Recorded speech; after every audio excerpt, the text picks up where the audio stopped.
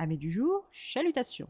Pour les petits nouveaux, moi c'est Sekhmet et je vous souhaite la bienvenue dans mon podcast littéraire. Dans mon émission, je vais tenter 3 fois par semaine de vous donner envie de découvrir des livres de tout poil, récents et moins récents. Alors, si ça vous tente, c'est par ici la suite. Aujourd'hui, je vais vous présenter Prospérine, et la phrase sans fin de Laure d'Argelos aux éditions Rivka. Dans ce roman de fantaisie, nous faisons la rencontre de la famille composée de Maréchal le père, qui suite à un accident a perdu les lettres de son prénom ne conservant que son titre, Primevère la mère, Ernest le frère aux capacités impressionnantes et au langage châtié ayant mangé un dictionnaire quand il était petit, Clermonde la cadette encore incapable de parler sans faute et Prospérine l'aînée la plus colorée de la famille. Prospérine est depuis toujours une amoureuse des plantes et décide de se lancer dans le jardinage et le métier de fleuriste plutôt que dans l'univers des lettres. Elle a donc ouvert son échoppe, La vie en vers. Mais à demi-mot, il est courant presque obligatoire de servir le texte fondateur du village, Peine perdue, d'Enora Merle. Ce texte est composé de 43 pages griffonnées par une adolescente et dont les dernières phrases restent incomplètes.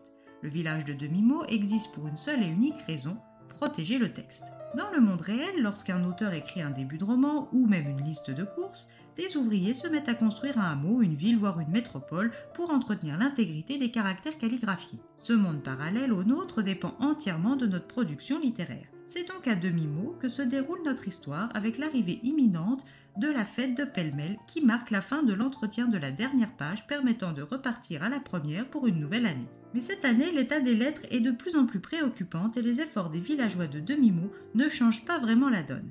C'est sur ce constat que nous rencontrons le jeune et charmant Honoré Point-Virgule au volant de sa Léviathan flambant neuf de retour de la capitale après une longue absence. Fils cadet d'une fratrie de 7 frères, Honoré est loin d'être heureux d'être de retour à la campagne. Lui qui a sa vie durant cherché à fuir ce village, cette histoire qu'il trouve niaise et sans saveur, se voit contraint par la force de persuasion de son père sur son employeur et ami à venir lui rendre visite. C'est donc avec peu d'enthousiasme qu'il retrouve Anatole, Barnabé, Colbert, Destin, Eudes, Fiacre et Gustave, ses frères, qui comme à leur habitude l'ignorent complètement.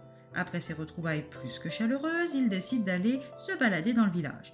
C'est là qu'il fait la rencontre de Prospérine.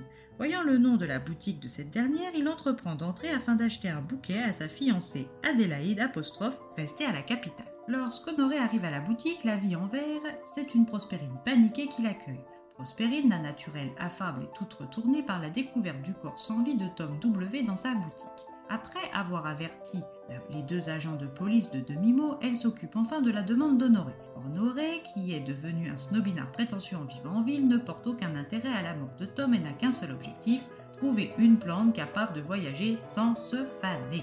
Durant ses interrogations, il voit une trompette à pétales et a la mauvaise idée de la comparer à un mélange de cornet acoustique et d'une courge, ce qui a pour unique résultat d'énerver ladite trompette qui, toute dent dehors, l'attaque.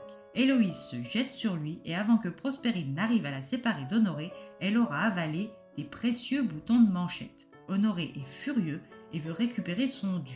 Peine perdue. Après le passage du docteur circonflexe et des agents de police, la mort naturelle est décrétée. Mais Prospérine n'est pas convaincue. Honoré commence à passer tous les jours à la boutique pour ses boutons de manchette sans succès et sa semaine à demi-mot arrive à son terme. Prospérine, qui ne croit pas à la mort naturelle de Tom, commence à enquêter et intègre malgré lui Honoré dans cette enquête. Ce duo improvisé va-t-il découvrir le fin mot qui entoure la mort de Tom? Prospérine, point, et Honoré, point, sont amenés à travailler ensemble pour le bien et la survie de leur village de demi-mot. Alors, serez-vous capable de trouver la fin de la phrase sans fin?